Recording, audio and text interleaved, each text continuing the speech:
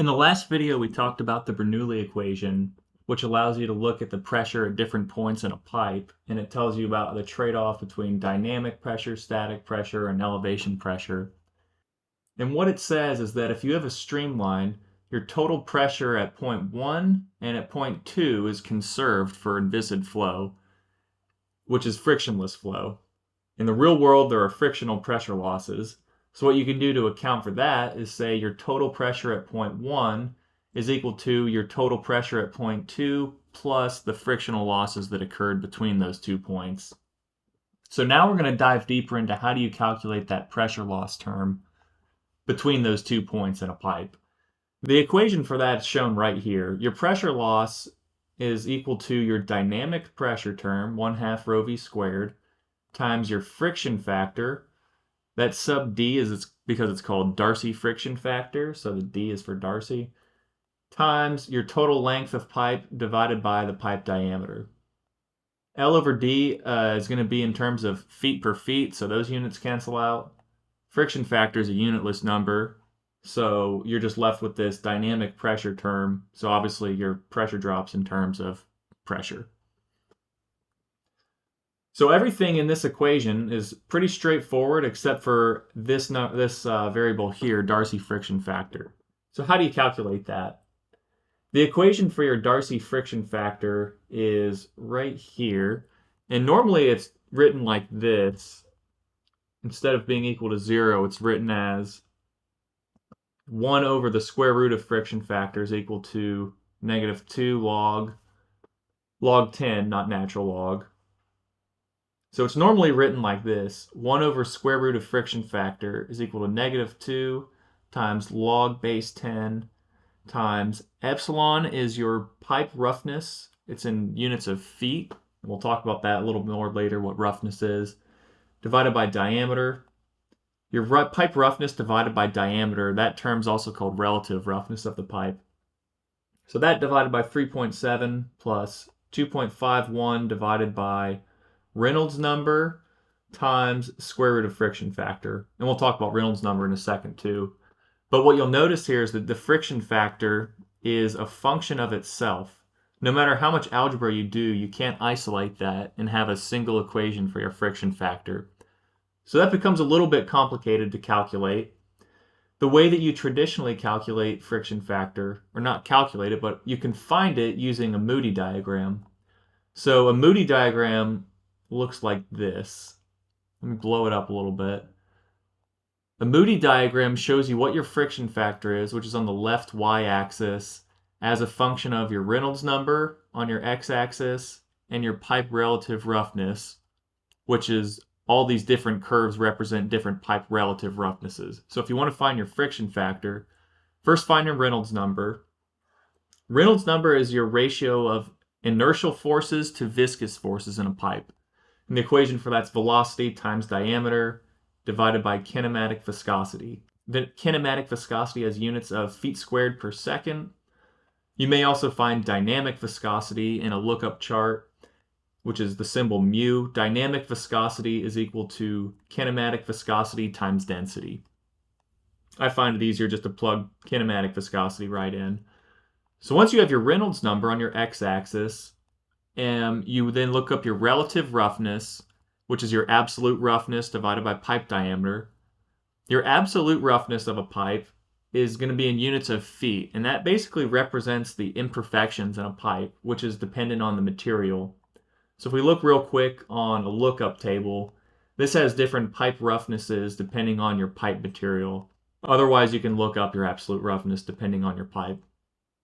So look at what relative roughness curve you're on here. And let's say our relative roughness, for example, is this 10 to the -4th right here. So we would be following this curve.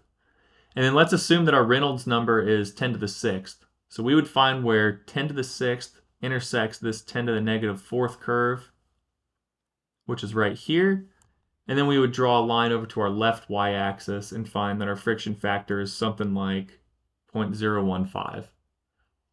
That process is kind of a pain in the butt. I don't like to do it. I like it to be a more dynamic process where you can just type in numbers and do a calculation. And so for that, I have created a custom function in this workbook.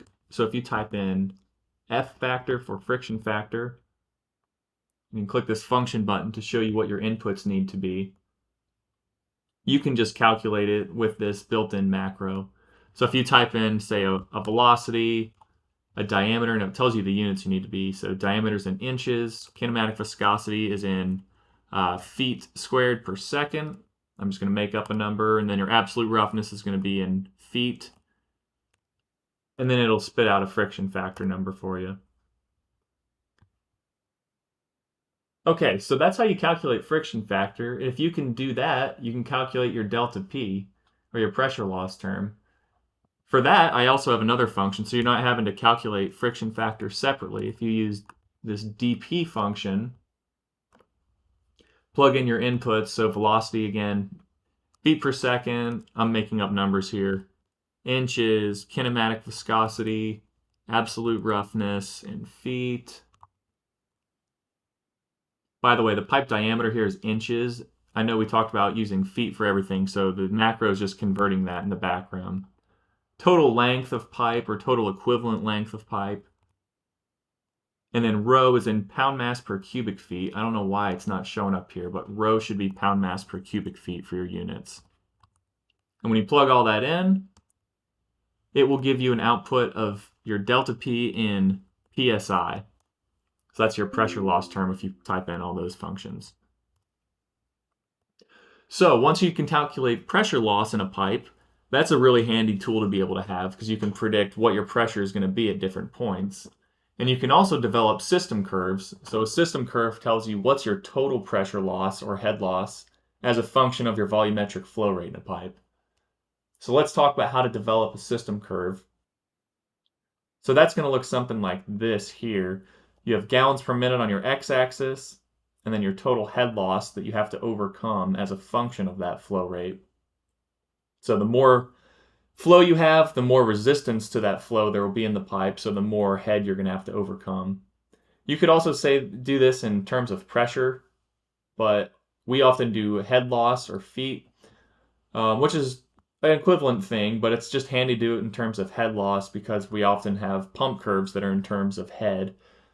And having system curves in conjunction with pump curves is a really handy thing. So we're going to talk about it in terms of head loss. But how do you develop this type of curve? First, you're going to need your fluid properties. So if we're pumping water or anything else, this is generic and applies to any type of fluid. So as long as you know the density and the kinematic viscosity, this is irrelevant. Those are the fluid properties you need to have. You also need some information about your pipe. So you need your diameter, absolute roughness, and then your total equivalent length. Your total equivalent length of pipe, which is L in this equation, by the way, is going to be equal to your total linear feet of pipe that you would physically measure with a tape measure, plus equivalent length due to fittings. And equivalent length due to fittings is going to be representative of any type of pressure loss that comes from fittings like 90-degree elbows or 45-degree elbows or valves or equipment. Those are going to result in some pressure loss in your system. And that pressure loss can be equated to an equivalent pressure drop from a linear feet of pipe. So that's what this equivalent here is. There's another lookup table you can reference here, which tells you what is my equivalent linear feet of pipe depending on the type of elbow I have. So for example, I've got a 90-degree bend.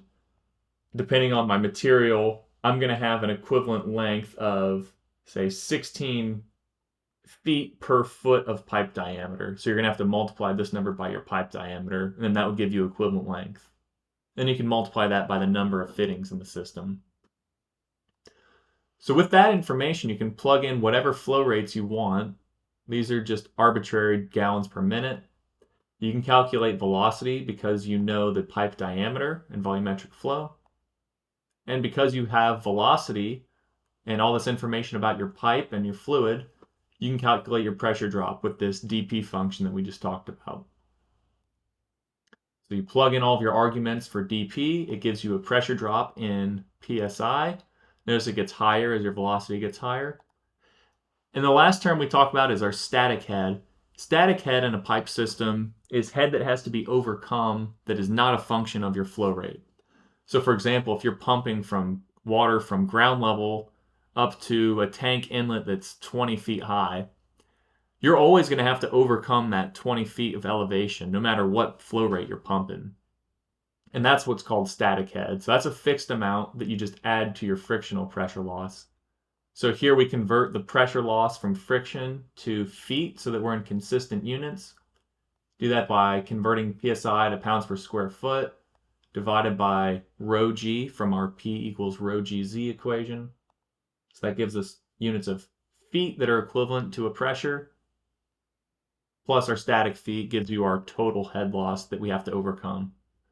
So then if you just graph this GPM on your x-axis, total head loss on the y-axis, and you've got a system curve. So system curves are really helpful for sizing pumps, or if you're going to make a change to the system, knowing if your pump can overcome that change. It can also be handy to look at what your baseline system curve is and then see if you're to make a change, like if I were to throttle a valve down so that I now have more equivalent feet of pipe, how would my system curve change? So if I double this equivalent feet of pipe from fittings, my system curve gets bent up and I now have more head loss per GPM.